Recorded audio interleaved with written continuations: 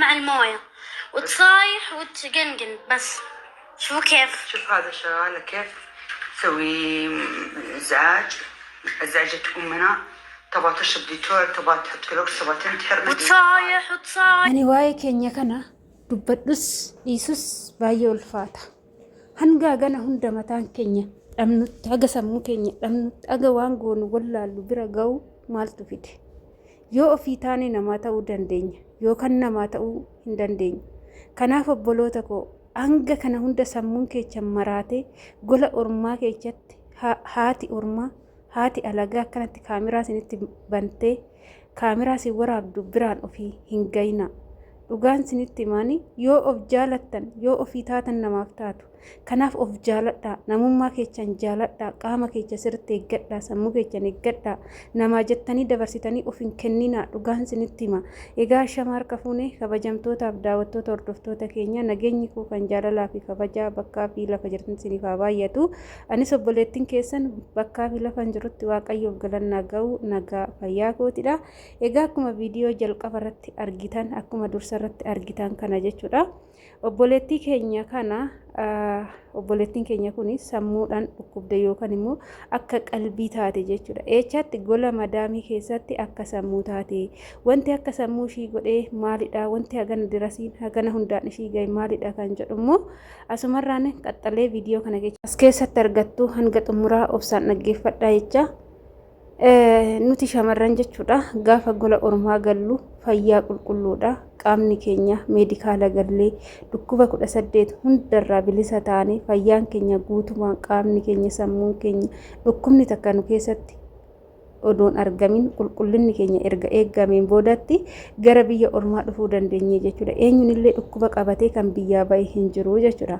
Biyya ormaa kana keessatti garuu ijoollee baay'een dhukkuba garaagaraatiin saaxilamaa jiru. Inni tokkoffaan dhukkuba dhukkubbii sammuu, dhukkuba kaanserii, dhukkuba kalee, dhukkuba garaagaraatiin ijoolleen hedduun saaxilamaa jiru jechuudha.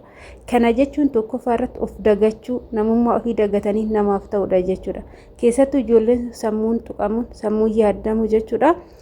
Sammuun sin maraatu maalidhaaf sinitti fakkaata yaada jechuudha. Yaada gara biyyaa, assaaba gara biyyaa, nama kumaatama humna ofiitii gochuudhaaf.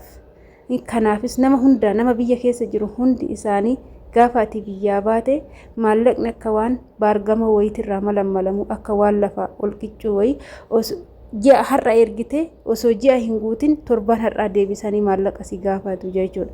Isa isaan HIM fuudhee ergaa akkaman godhaa lakki hin qabu jechuun nu keessa afaan keenya arraba keenya irraa bahuu hin danda'u. Siifan laala siifan soqa jenna jechuudha. Yeroo baay'ee amala kana amaleeffannee ofirra dabarree namaaf taana ofii keenya garuu guyyaa tokko uffata dirra keenya bitachuuf ni sassanna. Geeruu namaaf jennee hanga sammuun keenya cinqamee maraan nu bira geenya jechuudha. Keessattuu wanti kushiina maddaamii keessatti nama sammuu namaa cinqee maraatu biraan nama golli keessa jirru manni keessa jirru mana haadha abbaa keenyaa miti mana haadha namaati. Haati namaa immoo dalagaa ishii waa'ee mana ishii sirriitti si qoxaaxarti jaalattee jibbitee maallaqa sitti kaffalti waan ta'eef yoo ati hojii tokko maaragaan hin hojjenne ta'e ishiin kophaasi gubdii kophaasi caqaccaqxi ijoolleen ishii sagalsi ergiti kophaasi caqaccaqu wanni mana san keessatti galu hundumtuu suma takkitti ergatu suma takkitti akka barbaadasi godhu jechuudha. Cinqatiin asii oduma sitti jiru cinqatii gara biyyaa gaafa ofitti dabalte warri biyyaa waa gaarii sitti haasa'uu dhabuu danda'u. Ijoollee baay'een gubata garaa isaanii baasanii dubbachuu baatanillee gubata hedduu kan qabantu jira. Inna cinqatii biyyaatiin walitti dabalee gaafa jedhe sammuun kee gara maraatutti jijjiirama jechuudha. Ani kan sinin jedhu ishee biyyaa baatee biyya ormaa jirtu jechuudha. Cinqatii biyyaa warroonni biyyaa waa'ee cinqatii keessattuu jaalallee onlaayiniidhaan isa jaalalleedha jettanii dhiira urufaa bartanii jireenya keechan keessa seessiftanii saniin booda inni gaafa ji'a jaaguute abbaa warraa sinitti ta'a jechuudha. Waan ati gootu hundarratti waan ati raawwattu hundarratti si qoxaaxareetu kirriirra si oofuu barbaada jechuudha. Ciqicciqiin isaallee jira. Ijoolleen waan akkasii gootan jireenya keessan keessa namoota tokko seessiftanii inni abbaa sinitti ta'ee jireenya keessan akka waan qabee oofutitti ofii isaati jiruusaa jiraachaa kan jirutu jira. Kanaaf ijoolleen waan akkasii gootanis irraa of qusadhaa. Online irra namaan waliin barinaa sinitti haa hafu jechuudha. Heeruma malee namni hafu hin jiru. Biyya keessa yoo galtanii maraxamtanii osoo hin taane maraxattanii kan barbaadanitti heerumtu waan ta'eef jechuudha. Egaa akkuma argitan kanatti sammuun ishii bakka waan gootu wallaalteerti maraattee jirti waan ta'eef diitoolii fi bishaan walitti naqxeetti dhuguu barbaaddi jechuudha. Diitooliin keemikaala mataan isaa nama bira dhaabbataniit ishii ilaalaa jiru waan ishii gootu. Ishii nama sa'aatii kanatti akka daa'ima xiqqishuuti yaada hin qabdu. Womaa tokko jechuudha kun gaariidha yaraadha jettee adda baastee beekaa hin jirtu. Sammuun ishii tuqamee jira. Murteen ishii amma harki fi luunni ishii hidhame mana hospitaala maraattutti gatamu qofaadha jechuudha. Jireenyi ijoollee baay'ee akkana ta'ee hafaa jira. Akkana taanetti bilaasha badaa jira. Ijoollee baay'een bakka buutan ishii dhabamtee waan goonu dhabne nu barbaadaa jedhanii haadholiin keenya achii as nutti boo'u jechuudha.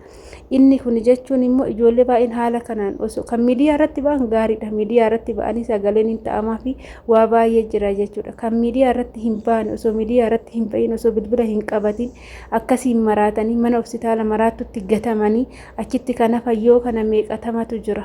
Kanaaf biyyi ormaa gaafa ati sammuu kee of dhiphiste gaafa wanta si dhiphisu qofa kan yaaddu yoo ta'e maraatuuf immoo maraachuun fagoo hin jiru jechuudha. Manuma san keessa yoosuma sitti dhufa jechuudha. Innaate har'a hojiirra jirta, sa'aatii kanatti hojiirra jirta, wanta hojjettu san qofa yaadu qabda malee yaada biraa ofitti fiddee sammuu kee cinquu hin qabdu. Cinqatiin nama hin barbaachisu sa'aatii kanatti. Nuti kan irra jirru sa'aatii hojiiti, hojiirra jirra, hojjechaa jirra, dadhabaa jirra. Kanaafuu jabaannee hojjennee galma kaayyoo san ga'uu qabna malee ofii keenya ta'uu qabna, namummaa keenya jaalachuu qabna, ofii keenya eeggachuu qabna, sammuu keenya eeggachuu qabna, qaama keenya eeggachuu qabna, dhukkubni garaagaraa akka nu qabne sirriitti of eeggachuu qabna. Yoo kana nuti hin goone eenyutu dhufeetu nu eega, eenyutu dhufeetu akka nu rakkoo nurra hin geenye nu eega. Namni biraa dhufeetu barishiin nuuf jettee dhukkubsatte jedhee namni si eegu hin jiru waan ta'eef obboleettii koo haala kanaan haati orma gaafa ati maraatte gadi baaftee si gatti malee dhala akka haadha keetii dhalli koo maraatte jettee ofitti si qabdee si yaallattu xabalaas hin deemmattu rakkina kee si hubattu maraattudha jettee si gatti rufatti si gatti yoommoo kan garaa laaftu ta'e immoo mana yaalaa maraattu sanuu si geechite achi si gatti saniin booda garagartee si laaltu ati kaddaama shaqqaalaa waan taate ishiin kan biraa fidachuu yaaddi malee si deeffachuu yookaan si fayyifachuu hin yaaddu jechuudha. Kanaaf biyya ormaa kana keessatti nama takkichi waaqaa gaditti nama tokko akka of biraa hin qabne hundi keessanuu ni beektu. Nuti kophaa jirra, nama nu yaaduu hin qabnu, beelofnu yoo jabaanne ofitti nuti hin jabaatin nama nuuf yaadee nuuf kennu nyaata nuuf kennu tokko hin qabnu. Biyyuma ormaa kanatti gubanna adaraa keechan fayyaan faayaa waan ta'eef keessattuu kan akka sammuu maraatu of eeggannoo godhadhaa obboloota koo. Osoo dhukkubbiin biraallee nama qabee mana yaalaa seennamee nama gaafatu hin qabnu, nama nu gaafatu hin qabnu, kophaa keenya jirra. Kun immoo nuuf miidhama irratti waan ta'eef adaraa keessan siniin jechuu affeerraa kootee egaa hagaagana geechanii hangaagana hundumaa of dhabdanii waan gootan wallaaltan dirasii bira ofii hin gayinaa maaliif barbaachise hagana hundumaa siniin jedha. Egaa viidiyoo kana asumarraa nan goolaba waan na wajjin turtaniif ulfaadhaa galatoomaa siniin jecha mana kana laayik sheer godhaadhaa obboloota keenya akkana sadarkaa kanarra ga'an jabaanni sagalee ta'anii fi rakkina isaanii keessa haa baasnu siniin jechuun affeerraa kooti warroonni fayyaa jirrus fayyaa jirra jennee of dagachuu osoo hin taane of eeguu qabna siniin jedha. Turtiin wajjin gootaniif galatooma. Baay baay.